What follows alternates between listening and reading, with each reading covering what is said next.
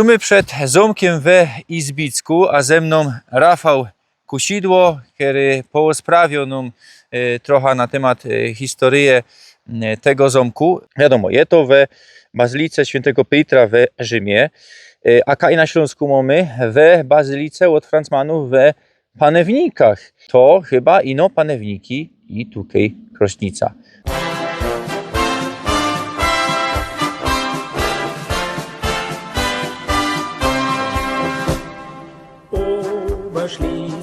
Witajcie, Rostomili. Dzisiaj proszę was do gminy Izbicko, Gemeinde Stubendorf. A wy abonirujcie mój kanał. Proszę was knefel, subskrybuj, dzwoneczek, dajcie komentarz, dajcie nową funkcję, podbij, wybij, co by ten film docierał do jak najwięcej wielości personów. Dajcie komentarz, pszajka, roztopierzajcie ten film. Jeżeli też na Facebooku i Instagramie, proszę też was do moich geszeftów. Jadymy. Izbicko, po niemiecku Stubendorf, to dziedzina i wiejsko-gmina we Strzeleckim Krysie, w opolskim województwie. We całej gminie kwateruje ponad 5000 personów, a we samym Izbicku kole 1000 personów. Pierwsze zmianki o osadzie to rok 1295. Do gminy okrom Izbicka przynależą Bożycz, po polsku Borycz, po niemiecku Boricz, Grabów, po niemiecku Grabow, Krośnica, po niemiecku Krosznic, Czamborowo, Ligota, po niemiecku Czamer, Elgut, Łotmice, po polsku Otmice, po niemiecku Otmic, Poznowice, po niemiecku Poznowic, Siedlec, też łobocznie miano Siedlce, po niemiecku Szedlic, Sprzyncice, po polsku Sprzęcice, a po niemiecku Spręschic. I Suchodaniec po niemiecku tak samo. We wszechobecnym cenzusie z roku 2021 we gminie Izbicko Śląsko narodowość deklarowało 23,54%, a niemiecko 19,4%. Niektórzy zadeklarowali dwie narodowości. We Abstimmung ze 20 marca roku 1921 we prawie wszystkich dzisiejszych dorfach gminy Izbicko wygrała polską opcję. Ino we Stubendorfie i we Spręschic wygrała niemiecką opcję. W samym Stubendorfie za Niemcami było 69,3% personów. Place te zostały w Reichu, w ramach nowej prowincji Oberschlesien, co powstała w większości na placach dawnego Regierungsbezirk Oppeln. Place te leżą 75 km na zachód od Katowic, a od Opolo je 20 km na wschód. A nasza rajza napoczynamy genau ze Izbicka, sprzed miejskiego amtu. Mamy tutaj szajbunki po niemiecku, po polsku, no brakuje po śląsku. Nie mamy też śląskiej fany, mamy ino polsko fana. Szkoda, my idziemy dalej. Za mną rzymskokatolicki kościół pod wezwaniem świętego Jana Chrzciciela. Pierwszy kościół zmiankowany jest tutaj już w roku 1318. Zbudowali go ze drzewa i gliny.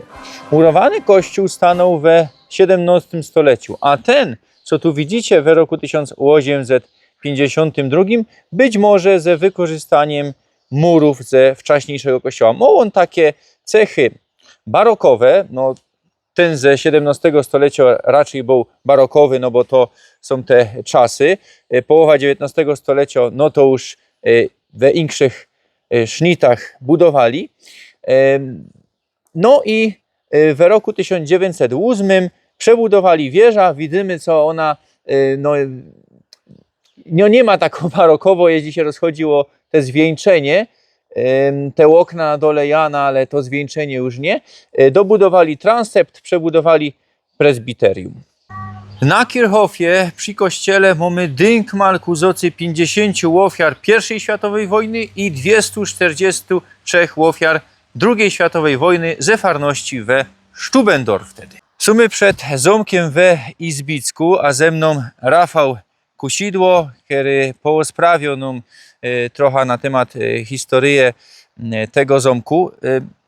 Napoczęło się chyba wszystko we XVI stuleciu, Kasia. Familio Frankenberg, potem familio Strachwitz. Mam recht? Tak, możesz resztę. A więc tak, no dokładnie gdzieś na przełomie XVI-XVII wieku pałac został wybudowany. Najprawdopodobniej wtedy w takim normandzkim stylu, czyli coś takiego jak dzisiaj mamy w Szwecji, przepraszam, w Szkocji, w Anglii. Różne rodziny niemieckie tutaj mieszkały, ale to najważniejszą rzeczywiście jest rodzina von Strachwitz. Dokładnie. Lariszowie. Lariszowie byli przed Strachwitzem. Przed? Tak, Strachwice byli tutaj do już II wojny światowej, czyli do stycznia 1945 roku, kiedy stąd uciekli przed armią sowiecką. 3 razy Zomek gorął, Tak, dokładnie. we XVIII, XIX i we XX stuleciu, no ale Tak. za każdym razem go odbudowywali. Odbudowywano, dokładnie. Były 3 pożary. Najtragiczniejszy w skutkach był ten drugi pożar w XIX wieku, ponieważ wtedy najprawdopodobniej kilkoro dzieci tutaj zginęło.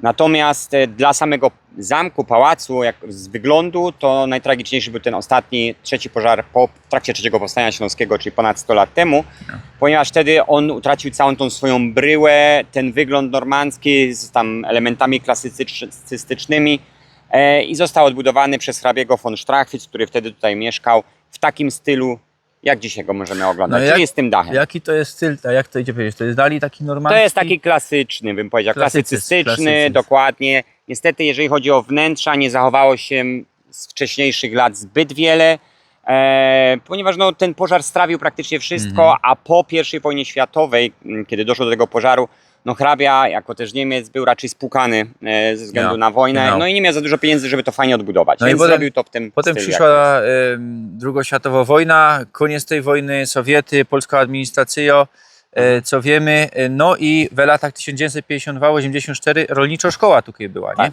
dokładnie, dokładnie. Jeszcze przed otwarciem, znaczy nawet już wcześniej, w latach 40. po zakończeniu II wojny światowej otwarli tutaj szkołę. Wtedy wybudowano drugi budynek, który znajduje się za pałacem, gdzie znajdował się internat dla uczniów, którzy się tutaj uczyli. Nie?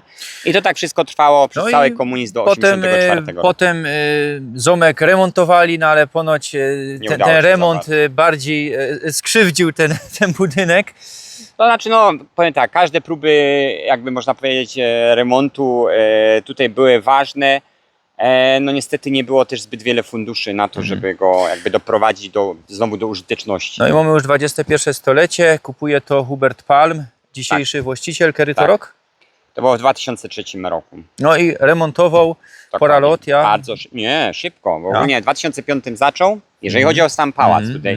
W 2005 zaczął i po 18 miesiącach w 2007 już otwarł. 31 marca. No i mamy jego inicjały HP. Dokładnie. Dzisiaj właściciela nie ma z nami, nie ma go na Śląsku. No i co jeszcze warto się wspomnieć, to we 2011 był tutaj tref Skupiny Wyszehradzkiej. Tak. I to dość takie też zacne trafienie. Tak. No były różnego rodzaju jakieś tam konferencje rangi krajowej, też międzynarodowej. No do dzisiaj organizujemy różnego rodzaju właśnie konferencje, szkolenia i zajmujemy się turystyką przyjazdową do Polski z krajów niemieckojęzycznych. I tu hotel dzisiaj Mocieja, tak, miejsca noclegowe, biznesowe centrum. No dokładnie.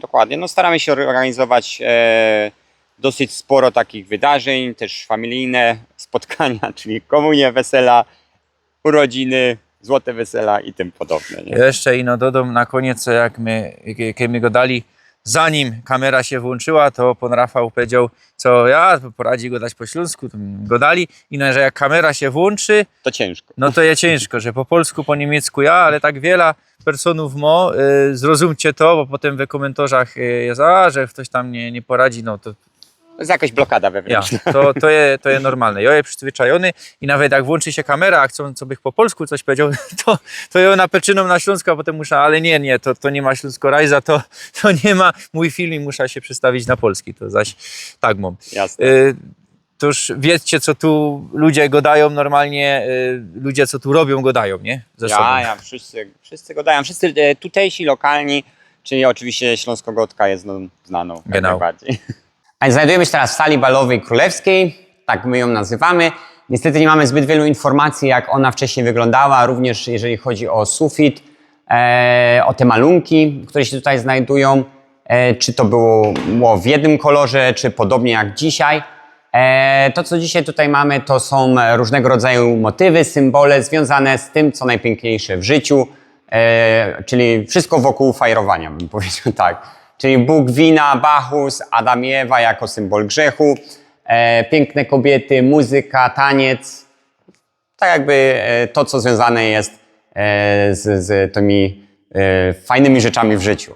Bo oczywiście chodzi o to, żeby tutaj właśnie spędzać miłe chwile. Tutaj mamy mapę z nazwami miejscowości, więc również w języku niemieckim, ponieważ mamy wiele gości właśnie z Niemiec, Austrii, którzy, no w każdej grupie znajduje się jakaś osoba, która tutaj ma korzenie i dlatego jest to dla nich również później na przykład ważne znaleźć tą niemiecką nazwę tej miejscowości, gdzie rodzice się urodzili, dziadkowie i tym podobne. Więc znajdujemy się w sumie w sercu samego pałacu, czyli na recepcji, jakby nasze centrum dowodzenia z recepcją, gdzie przyjmujemy gości, gdzie robi się check-out, check-in i tym podobne. I zapraszamy oczywiście do organizacji różnego rodzaju imprez okolicznościowych, konferencji, pobytów i tym podobne. Co urzeka na pewno nasz 12-hektarowy park, zabytkowy park, w którym leży sam pałac, łącznie z budynkiem, z miejscami noclegowymi, który znajduje się za pałacem. I tutaj również jest piękny taras, na którym można sobie wieczorem usiąść, zjeść, zamówić piwko, wino, czy teraz popularnego szpricera. Więc tak to wygląda tutaj. No. Więc zapraszamy. Są już we utracie, kolejna dziedzina, utrata, Cauche po niemiecku i Aussichtsturm. Powstał w roku 2024, niedawno, ma 16 metrów, jest drzewiany. To wszystko, ten turm i zagospodarowanie placu kosztowało prawie $500 000 złotków. No i mamy landschaft na rybniki. Przyjedźcie se tutaj i podziwiajcie. Sumy w Krośnicy, po niemiecku Kroschnitz, a za mną rzymskokatolicki kościół pod wezwaniem Najświętszego Serca Pana Jezusa. W roku 1910 ludzie stąd chcieli wybudować już kościół, no ale nie skorzy wybuchła I światowa wojna, rok 1914 i zwrócili to wszystko, te pieniądze ofiarodawcom. Potem mamy kryzys, inflację, lata 1921-23, wcześniej wiemy śląsko-domowa wojna, 19, 20, 21. No i dopiero we 23 roku zaś wrócili do tej koncepcji budowy kościoła. Ludzie stąd i z Boryczy przynależeli do farności kościoła we Raszowej. 5-8 kilometrów mieli. No i udali się do Hochbauamtu w Großstrelitz, bo kościół we Raszowej był pod patronatem państwa. Co by dostać jakąś dotację, jakieś pieniądze na budowę tego kościoła i co by zapobiec rozbudowie kościoła we Raszowej, który był za mały już wtedy, nie mieścił tyle personów. No jednakoż Hochbauamt odciepnął ta propozycja, no i ludzie zaś musieli ściepować się na budowę tego kościoła i między innymi bezrobotni stąd budowali ten chrum, co powstał w roku 1932. Bez jakiegoś wyraźnego sznitu, według mnie, no ten hauer jest taki neobarokowy, mamy jakieś neoromańskie elementa. Mamy jeszcze na kościele tabula ku ojcu poległych we II światowej wojnie, ale dryny mamy baldachim, konfesja, po łacinie confessio. I tutaj mamy spór pomiędzy głównym darczyńcą a architektem. Darczyńca powiedział, to był chyba jakiś farosz, wybaczcie, że zapomniał, powiedział, ja to ma być, bo mu się tak podobało, kaś tam chyba w Rzymie widział coś takiego, tak to ma być. Nad ołtarzem konfesja. Architekt powiedział, będzie to niezgodne ze stylem. No, jakoś się tam porozumieli, powstało to, słuchajcie, jest to fezwiedowne ten baldachim, bo wiadomo, jest to we Bazylice Świętego Piotra w Rzymie, a kaj na Śląsku mamy we Bazylice od Francmanów we Panewnikach. w katowskiej Stadtteili dzisiaj. Tam to mamy na wierchu, nad starym ołtarzem, dzisiaj na dole jest nowy posobrowy ołtarz. Tutaj mamy zusammen ten stary i nowy ołtarz pod tą konfesją. No i kaj jeszcze na Śląsku są takie konfesje, szajbnicie. Ja nie przypominam se. To chyba ino panewniki i tutaj Krośnica. No naprawdę jest ten kościół fest wiedowny, chociaż niepozorny, no to werci się tutaj przyjechać z kuli tej konfesji. Poznowice, po niemiecku Poznowic, to kolejno i ostatnio dziedzina na dzisiejszej naszej strasie. Jakie było pierwsze miano Poznowic? Mamy tutaj Pozdek z roku 1205. Poznowice powstały kaś w roku 1200, nie wiemy genau kiedy. Potem mamy Pozden, rok 1290 i Einsiedel, rok 1936. Tutaj było kiedyś miasto. Nie Poznowice, a Gorzowy. I no, już go nie ma. Ale ludzie stąd poradzą skazać genau kaj był ten stary grodziec Gorzowy. Była tutaj farność, był tutaj kościół drzewiany, postawiony we 1260 roku, we tych Gorzowach.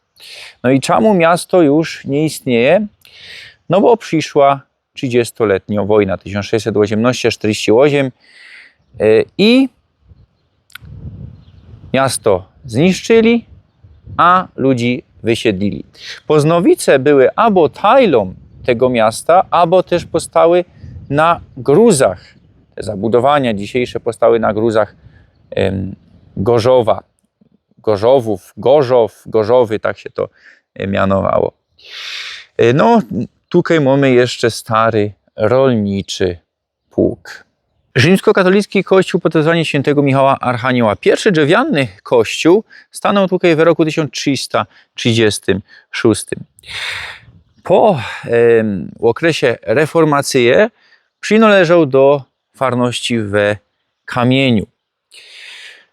A wtedy też tutaj msze odbywały się ino roz na kwartał. No i poza tym jeszcze cable fire od patrona i jakieś tytularne fajery.